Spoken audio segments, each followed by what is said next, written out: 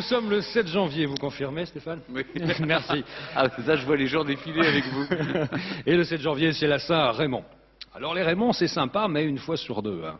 Exemple de Raymond sympa. Rappelez-vous Raymond Barre. Pépère. Jamais un geste violent, ni un mot prononcé trop vite. Autre Raymond sympa, Raymond Poulidor.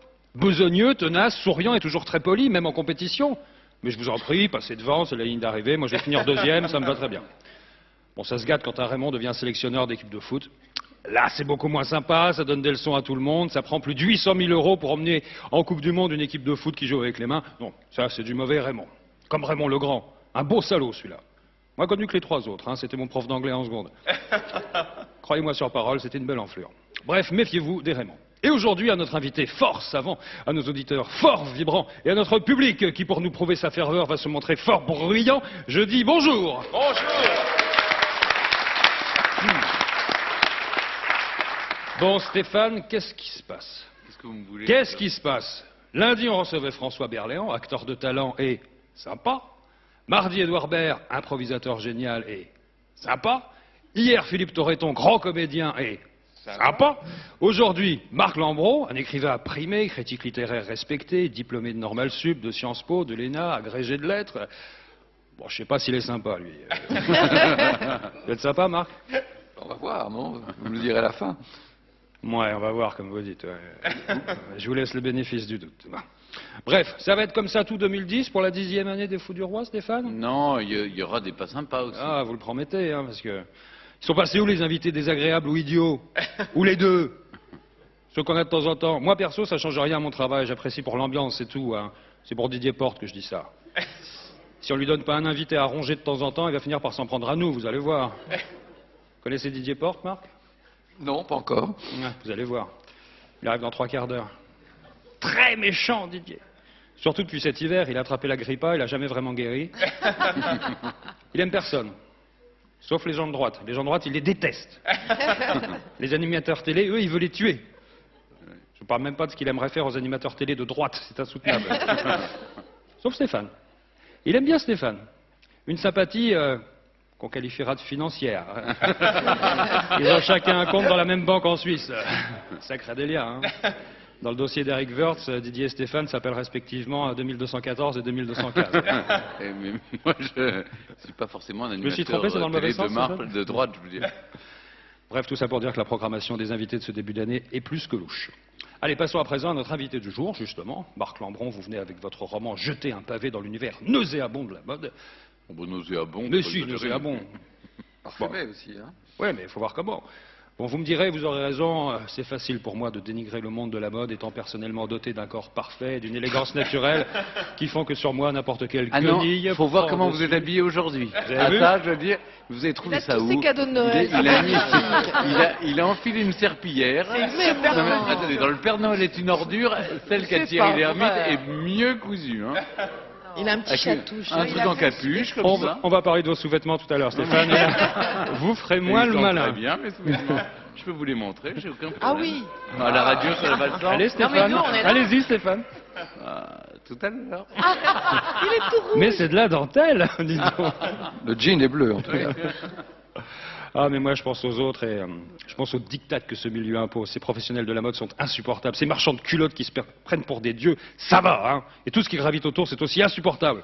Cet air condescendant que prennent certaines vendeuses quand elles vous voient arriver. Tenez pas plus tard qu'en juin dernier, avec François Reynard ici présent. On voulait célébrer l'arrivée des beaux jours. On avait décidé de s'acheter chacun 2 petites robes flottantes et sans prétention, pour être à l'aise avec la saison et bien dans notre époque. À Montréal. On a dit qu'on parlait pas de moi. On a dit qu'on ne faisait pas de commentaires. Pas de sur les commentaires. à côté des voyages. La tête de la boutiquière quand on est ressorti de la cabine. Bon, moi, rien m'habille, on en a déjà parlé. Ah oui, ça. Mais vraiment rien. Rien hein. du tout. La petite cotonnade style courage que je portais tombait à merveille sur mes fesses, hein, et la fluidité du tissu savait s'évanouir avec élégance à l'approche de l'incroyable courbe de mes cuisses. Mais la petite cotonnade, c'est pas courage, mon pauvre. La petite cotonnade, c'est Cacharel. On va les laisser parler de mode, c'est tout ce qu'elle sait faire. Elle doit Oui. être dans le livre de Marc. Du coup, contrairement à Alix, elle n'a pipé mot, la fripière. Quant à François, il est ressorti et elle s'est acharnée sur lui.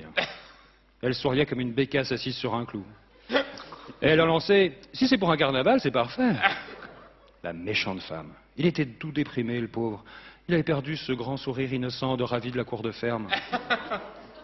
Pourtant, il était très bien, mon François, avec sa petite robe Vichy, toute légère et virevoltante. Bon, c'est vrai qu'un peu plus de tissu n'aurait pas été superflu.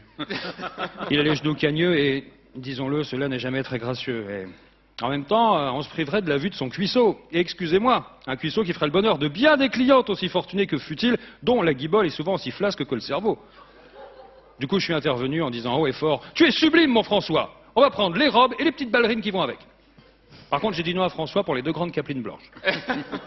Les robes et les ballerines, ça va, mais là, avec le chapeau en plus, j'avais peur qu'on ait l'air un peu gay quand même. Hein. Juste avant que la chiffonnière de service ne reprenne la parole, je lui ai dit en la montrant du doigt « Quant à toi, sois poli si tu n'es pas jolie !» Elle est restée sans voix, l'air intrigué, comme un poisson mort. Poisson mort avec qui elle devait également partager le cuit. Et nous sommes sortis, frais et pimpants, pensant déjà au regard jaloux que les gens porteraient bientôt sur nos jolies tenues, espérant simplement ne pas courroucer par notre élégance insolente nos épouses respectives qui, les pauvres, ne peuvent plus se permettre ce genre de fantaisie vestimentaire. L'âge, les petits fours et les multiples grossesses les ayant depuis longtemps déjà fort déformés. Je transmettrai à la mienne. Vous l'embrassez pour moi. Hein. Avant de nous quitter, comment ne pas demander à un expert en la matière, sa définition de la mode. Stéphane, vous voulez bien me filer un coup de main? Oui. Est-ce que vous pouvez nous faire Monsieur Lagerfeld, Stéphane? D'accord. Sur les parties soulignées. Quand c'est pas Mireille Mathieu, c'est Karl Lagerfeld. Vous n'avez pas d'autres Mais imitations? vous excellez dans les deux. D'accord. Patron. Karl Lagerfeld, bonjour. Bonjour. Ah mon Dieu, est-ce que vous êtes laid et ringard, mon pauvre? Oh, il va se détendre le perruquier du Tyrol. Hein. En attendant, moi, Tyrol, c'est pas en Allemagne. je couche de temps en temps avec Alix Giraudelin et pas vous. Oh, mais qu'est-ce Ah, qu'on Dieu m'en entend préserve. Bon, on s'égare. Hein. Karl, est-ce que tout le monde a droit à la mode? Mais enfin non, bien sûr. C'est quoi ces principes communistes? Bah, je ne sais pas, je voulais savoir... Silence! Merde. La mode, c'est pour les riches, un point, c'est tout. C'est un univers de fantasme et de sensualité. Est-ce que la sensualité s'épanouit dans la pauvreté? Bien sûr que non. Dans la pauvreté, les seules choses qui s'épanouissent, c'est le mauvais goût vestimentaire et les champignons. Et les quoi? Et quoi? Et les quoi, Karl? Les champignons. Oh non, c'est horrible. Rien. Vous voulez boire quelque chose, Karl? Un coup Pas de dire schnapp. des horreurs pareilles. Mais- Rien à voir avec la mode. Maintenant, je vous laisse, c'est l'heure de mon déjeuner. Vous mangez, Karl? Je croyais que vous étiez en permanence au régime. Je fais attention, c'est tout. Je me mets devant un restaurant. Et puis? Pendant 20 minutes, je regarde les autres manger en laissant la vitrine et je pars en courant. Pas bête, merci, Karl, et bravo. Allez vous faire voir. À demain.